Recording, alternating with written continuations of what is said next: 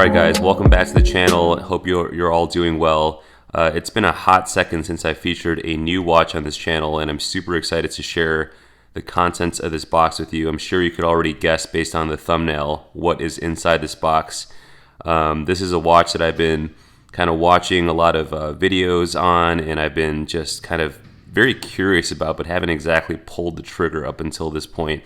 And I'm glad that I finally did, because it is a stunner. So without further ado, let me go ahead and pop open this box to show you guys what's inside. And here it is in all its glory. This, of course, is the Tudor Black Bay GMT. It is just a stunning watch, and I love the vintage vibes of this watch. This, of course, comes on the bracelet, but the particular example that I picked up actually came with the strap as well. So the seller actually had the strap. He actually purchased the watch on the strap and later acquired the bracelet for, I think, $900 or something like that, which is kind of insane. But I got a really good deal on this timepiece, and yeah, I couldn't say no. It's a beautiful watch with vintage aesthetics, harkening back to the original Pepsi GMTs from Rolex. They are of the same company. You see a lot of design cues that are more vintage Rolex than modern Rolex, and that's the cool thing about Tudor, is that they bring that sort of old school charm into the modern era that modern Rolexes otherwise would not accomplish. So let's just go through some basic specs real quick. This watch is 41 millimeters in diameter. It is 50.2 lug to lug, so very wearable. The lug width is 22 millimeters. It's a very subtle taper. I think it probably tapers a millimeter or two down to the clasp. And then the thickness, of course, is a little bit on the chunky side at 14.5 mil thick. But I think that is fair given the fact that this is a 200 meter water resistant GMT from Tudor, and it is an in-house movement as well. And I think Tudor in-house movements tend to be a little bit on the thicker side. But the caliber that's operating in this watch is the MT5652. It's a fully in-house movement from Tudor.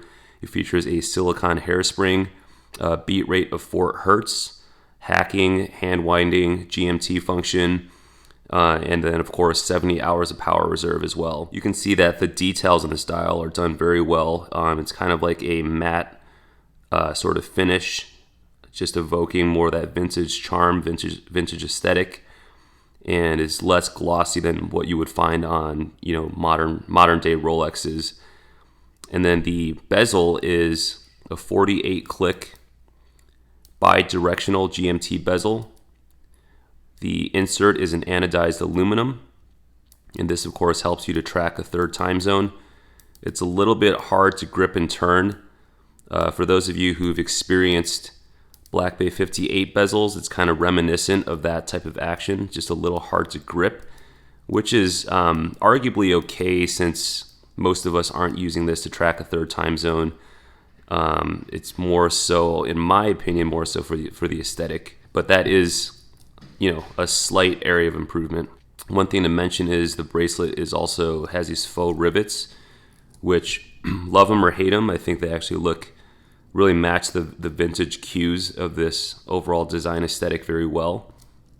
And then of course you have a properly milled and polished clasp with a twin trigger deployment system, very secure.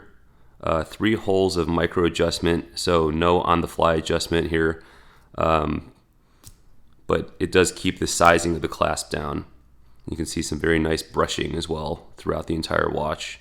The case flanks are actually polished, as well as the sides of the bracelet, but the rest of this watch is largely brushed. There's also ceramic ball bearings in here that really help to extend the longevity of this clasp as you operate it day to day. A very plain sort of case back here, in keeping with Rolex and Tudor's overall case back design. But you can see that it does say manufactured Tudor, sort of denoting the in-house caliber inside this watch. It also features a boxed sapphire crystal, so you can see some nice distortions there, and it really brings that vintage charm into play as well. Some very nice beveling here on the sides of the case as well. And you'll see that there's some nice chamfering at the bottom of the case, which really kind of helps this watch sit a little bit deeper into your wrist. It really kind of hugs your wrist better. And I will pop this on my wrist here in a few minutes as well to show you guys how this watch wears. It has the GMT function, but also the added water resistance as well. It makes it very sporty and very practical. First position is the hand wind. Second position, you pull it out and you can adjust the hour hand independently. And then the last position will stop the movement, and then you can adjust the minute hand and the GMT hand to a reference time. You can see that the logo on the actual dial is the Tudor Shield logo, whereas the crown has the rose, the old school rose logo. And then on the 6 o'clock position, it is very simple, just 3 lines of text, GMT, chronometer officially certified. For those of you who have experienced the Tudor Pelagos, the in-house version, it's definitely nice to see that this doesn't have a small paragraph at the 6 o'clock position. I've owned the Pelagos, and there's a lot of text adorning the 6 o'clock there. So very simple and minimalistic, easy to read, legible dial. Very fantastic lume as well. It's green as opposed to Rolex's chromalite, but very long lasting and very legible in all hours of the night.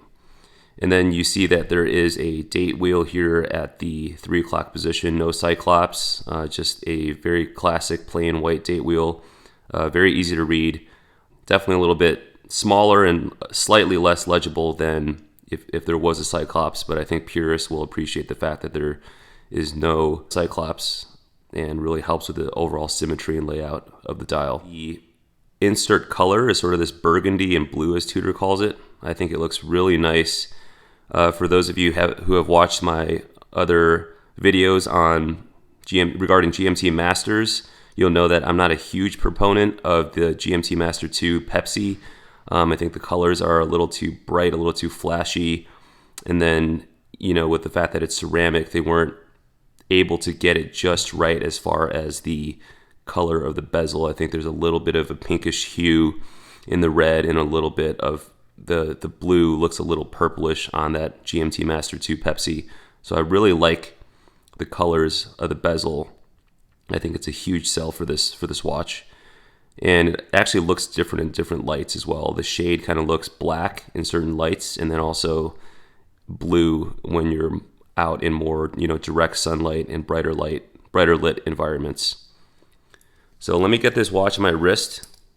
It's very wearable. I have a 6.5-inch wrist in circumference, and due to the fact that it's 50 millimeters lug to lug, it really does have a nice drape on my wrist. And as you can see, it's definitely a little bit on the taller side, but due to the fact that this watch hugs the wrist so well, I think that I don't really notice that added thickness like I did with some other watches that I've owned in my rotation, such as my Omega Seamasters. I think Rolex or Tudor, they do a really good job at making the watch as wearable as possible despite the added thickness. And like I said, I think it's very impressive that there is an offering in the Rolex Tudor lineup that has 200 meters of water resistance and is also GMT as well. So let me do a quick side-by-side comparison. I think this is something you guys will appreciate. This is my BLNR, of course, on the left, the Rolex GMT Master 2, and then the Tudor GMT on the right. I definitely am going to make a side-by-side comparison video of these two. I think it'll be really interesting to see where the differences lie. As you can see, the Rolex is definitely a lot more glossy. It also comes on the Jubilee bracelet, much more high polish, and just a lot more eye-catching overall. Of course, you got the Cyclops there as well. It is a thinner watch than the Tudor, but there's definitely similarities in the design DNA. Without going into the details too much, because I do want to reserve that for the future video, I think there's definitely appeal to both. But if you're looking for something that's a little bit more old school, a little bit more understated, more of a tool watch vibe, the Tudor is a great option and comes at a fraction of the cost of Rolex GMT Master 2s, which are trading at an insane premium right now. So anyways, guys, I think that this is a really solid watch. I'm happy to have picked it up. I usually like to keep only a few watches in my rotation at a given time, so it's going to be really hard for me to decide which ones to keep or give away in the coming months. So this is a very compelling option, and I think definitely a potential keeper. If you enjoyed this video, give it a gratuitous thumbs up, and if you haven't had the chance to, please consider subscribing to my channel. Your support is always appreciated. And I also want to give you guys a quick shout out for helping me achieve 2,000 subscribers. That's a huge personal milestone for me, and I'm going to work hard to continue providing great content and connect with you guys over this hobby. Hope you guys have an amazing rest of your day, rest of your week, and I will catch you guys in the next video. Cheers and have a great one.